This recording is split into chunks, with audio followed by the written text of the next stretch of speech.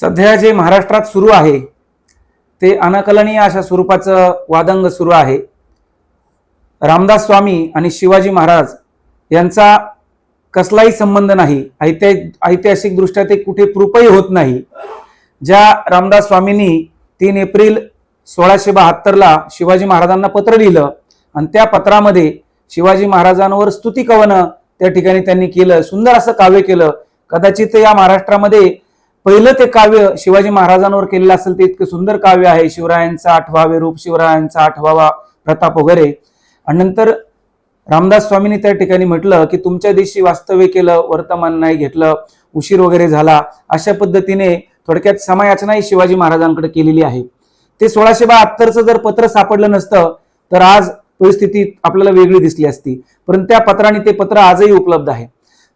रामदास स्वामी कधीही शिवाजी महाराजांचा मी गुरु आहे किंवा ते माझे शिष्य आहे असं कधीही म्हटले नाहीत, किंवा समकालीन जे अतिशय महत्वाचे पुरावे आहेत। मुळात रामदास स्वामींचा जो काही चाफळचा मठ स्थापन झाला तो आदिलशाहीमध्ये स्थापन झाला। रामदास स्वामीच्या मठाचे जे काही पहिले ज्यांनी मदत केली ते दोन्ही अंमलदार मुरारपंत जगदेव आणि बाजी घोरपडे हे आदिलशहाच्या सेवेमध्ये होते, आदिलशहाचे अंमलदार होते। आणि त्यांनी चाफळच्या मठासाठी रामदास स्वामींना त्या ठिकाणी मदत केलेली आहे। त्याचबरोबर आदिलशाहीकडूनही काही जमीन इनाम म्हणून दिलेली आहे। याचे उल्लेख आहेत, हा खरा इतिहास आहे। दुसरी महत्वाची गोष्ट, शिवाजी महाराजांनी रायरेश्वरावर स्वराज्याची शपथ घेतली ती 1645 ला, आणि रामदासांच्या मठाची स्थापना किंवा समर्थ संप्रदायाची स्थापना ही 1649 ची आहे। ज्यावेळी शिवाजी महाराज आपलं स्वराज्याची शपथ घेऊन स्वराज्य कार्य करत होते, लोक कल्याणकारी स्वराज्याची स्थापना करत होते, शाहिस्ते खानाची बोटं छाटलेली असतील, अफजल खानाचा त्या ठिकाणी वध असेल किंवा इतिहासामधला पुरंदरचा तळ असेल, औरंगजेबाच्या हातावर तुरी देऊन पुन्हा त्या ठिकाणी महाराष्ट्रात आले आणि मोठ्या पराक्रमाचा झंझावात स्वराज्याचा शिवाजी महाराजांनी त्या ठिकाणी उभा केला। आणि अशा वेळेला स्वराज्य ऐन भरात असताना सन 1672 ला रामदास स्वामींनी शिवाजी महाराजांना संपर्क केलेला आहे, हे ऐतिहासिक सत्य आहे। मुळात कुठल्याही ऐतिहासिक ग्रंथामध्ये कृष्णाजी आनंद सभासद शिवरायांच्या समकालीन आहे आणि शिवाजी महाराजांच्या राज्यकारभारामध्ये त्यांनी काही काळ त्या ठिकाणी काम केलेलं आहे। त्याने सुद्धा बखर लिहिली, त्या बखरीमध्ये सुद्धा रामदासांचा कुठेही उल्लेख नाही। एवढंच नाही तर जयदेव शकावली असेल, शिवभारत असेल, यदुनाथ सरकारांनी लिहिलेला आहे, असे अनेक जे काही ऐतिहासिक ग्रंथ आहेत, ऐतिहासिक साधना आहेत, त्याच्यामध्ये उल्लेख नाही। नरहर कुरुंदकर, प्राध्यापक नरहर कुरुंदकर तर लिहितात की दासबोध मी वाचलेला आहे, मी स्वतः दासबोध आणि मलाचे श्लोक वाचलेले आहेत। दासबोधामध्ये राजकारण तसं फारसं आढळत नाही, ते कुठेही नाही आहे, ते तिथे भक्तिमार्ग सांगितलेला आहे। नरहर कुरुंदकरांनी तो विषय प्राध्यापक कुरुंदकरांनी MA च्या वर्गाला शिकवलेला आहे। त्यांनी असं लिहिलं की दासबोधामध्ये राजकारण कुठेही नाही आहे, तो भक्तियोग आहे आणि त्यांनी शिकवलेला आहे, अनुभवलेला आहे। कुरुंदकरांबरोबर शेजवलकरांनी सुद्धा लिहिलेला आहे। शेजवलकरांनी सुद्धा रामदास आणि शिवाजी महाराजांचा कसलाही संबंध त्या ठिकाणी आलेला नाही किंवा ते त्यांच्या गुरुस्थानी किंवा मार्गदर्शक नाहीत असं स्पष्ट नोंदवलेलं आहे। अनेकांनी त्याच्यावर लिखाण केलेलं आहे। आनंद सभासदांनी लिखाण केलेलं आहे। त्यांनी सांगितलंय शिवाजी महाराज हे स्वकर्तृत्वाने पुढे आलेले आहेत, स्वकर्तृत्वाने राजे झालेले आहेत, त्यांनी त्यासाठी परिश्रम केलेले आहेत, कष्ट केलेले आहेत। महात्मा फुलेंच्या शब्दात सांगायचं तर मासा पाणी खेळे गुरु कोण असे त्याचा। महात्मा ज्योतिराव फुलेंनी शिवाजी महाराजांवर खूप मोठा दीर्घ असा पवाडा लिहिलेला आहे। त्या पवाड्यामध्ये ते म्हणतात, ज्याप्रमाणे मासा पाण्यामध्ये खेळतो त्या माशाला पोहायला शिकवावं लागत नाही, तसं शिवाजी महाराजांचे आजोबा पंजोबा स्वतः वडील कर्तबगार सरदार होते, शूर योद्धे होते, आई जिजाऊ ह्या युद्धकलेमध्ये निपुण होत्या। आणि अशा शहाजी राजांच्या मासाहेब जिजाऊंच्या पोटी जन्माला आलेले शिवाजी राजे यांना कुणी युद्ध शिकवायची गरज नाही, त्यांच्या वाडवडिलांकडून हा वारसा त्यांनी स्वीकारलेला आहे असं त्यांनी त्या ठिकाणी नमूद करून ठेवलेलं आहे।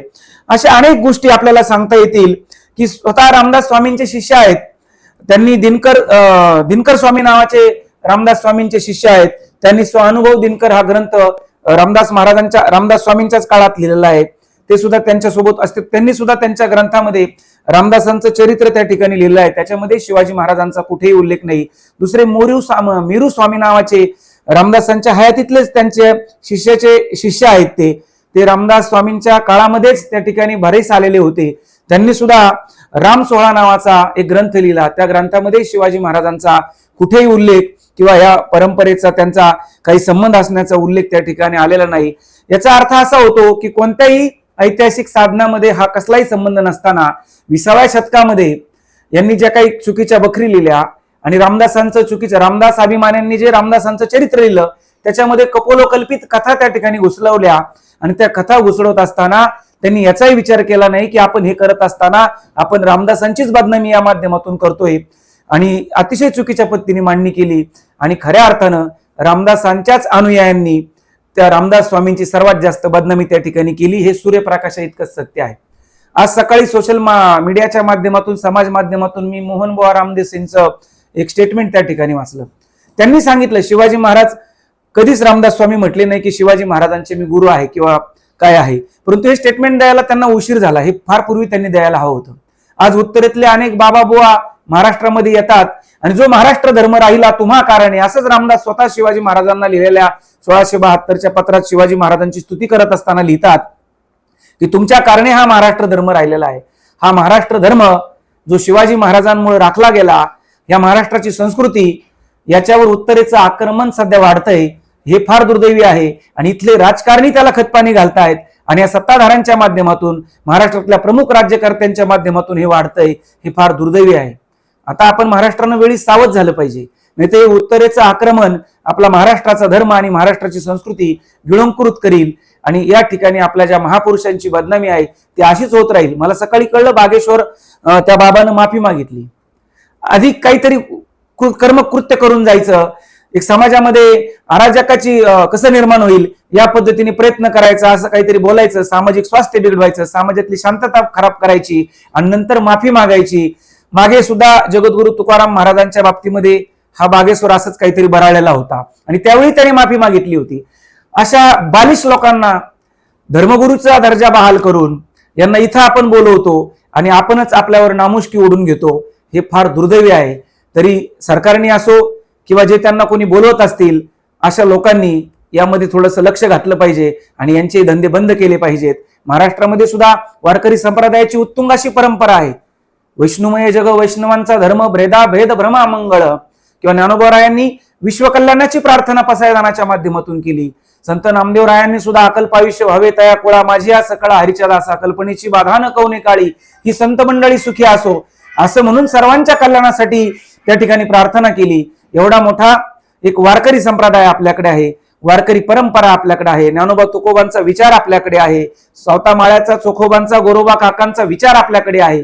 हा आपल्यासाठी भरपूर आहे, परंतु तरी देखील आपण ह्या लोकांना आयात का करतो आणि आपणच त्या ठिकाणी आपल्या महाराष्ट्र धर्माचं नुकसान का करतो हे माझ्या लक्षात येत नाही. परंतु आता सर्वांनी हे लक्षात घेतलं पाहिजे आणि या अशा गोष्टींना आळा घातला पाहिजे. विनाकारण रामदास स्वामींच्या अनुयायांनी सुद्धा आता थोडा विचार केला पाहिजे, कारण नो डॉक्युमेंट नो हिस्ट्री. इतिहासामध्ये सत्य सांगावं लागतं. बाप दाखव नाही तर श्राद्ध घाल असं आपल्याकडे मराठीमध्ये म्हटलं जातं. इतिहासामध्ये ज्याला पुरावा आहे तोच इतिहास ग्राह्य धरला जातो. No document no history. आणि म्हणून जे खोटं आहे ते खोटं मान्य करून अशा चुकीच्या पद्धतीने पुन्हा त्याची रचना किंवा मांडणी करू नये. त्याच्यामुळे काय होतंय, त्याच्यामुळे महाराष्ट्रातलं वातावरण खराब होतंय आणि रामदास स्वामीचीच त्या ठिकाणी यथेच्छ बदनामी त्या ठिकाणी होते. याचाही विचार आता त्यांच्या अनुयायांनी त्या ठिकाणी करणं गरजेचं आहे आणि या गोष्टींना आळा घालणं अतिशय गरजेचं आहे असं मला वाटतं. आणि हा महाराष्ट्र हा शिवराय शाहू फुले आंबेडकरांचा महाराष्ट्र आहे, माझ्या ज्ञानोबा तुकोबांचा महाराष्ट्र आहे. हा निश्चित याचा विचार करील आणि अशा या प्रवृत्तीला थारा देणार नाही याची मला शाश्वती वाटते, खात्री वाटते.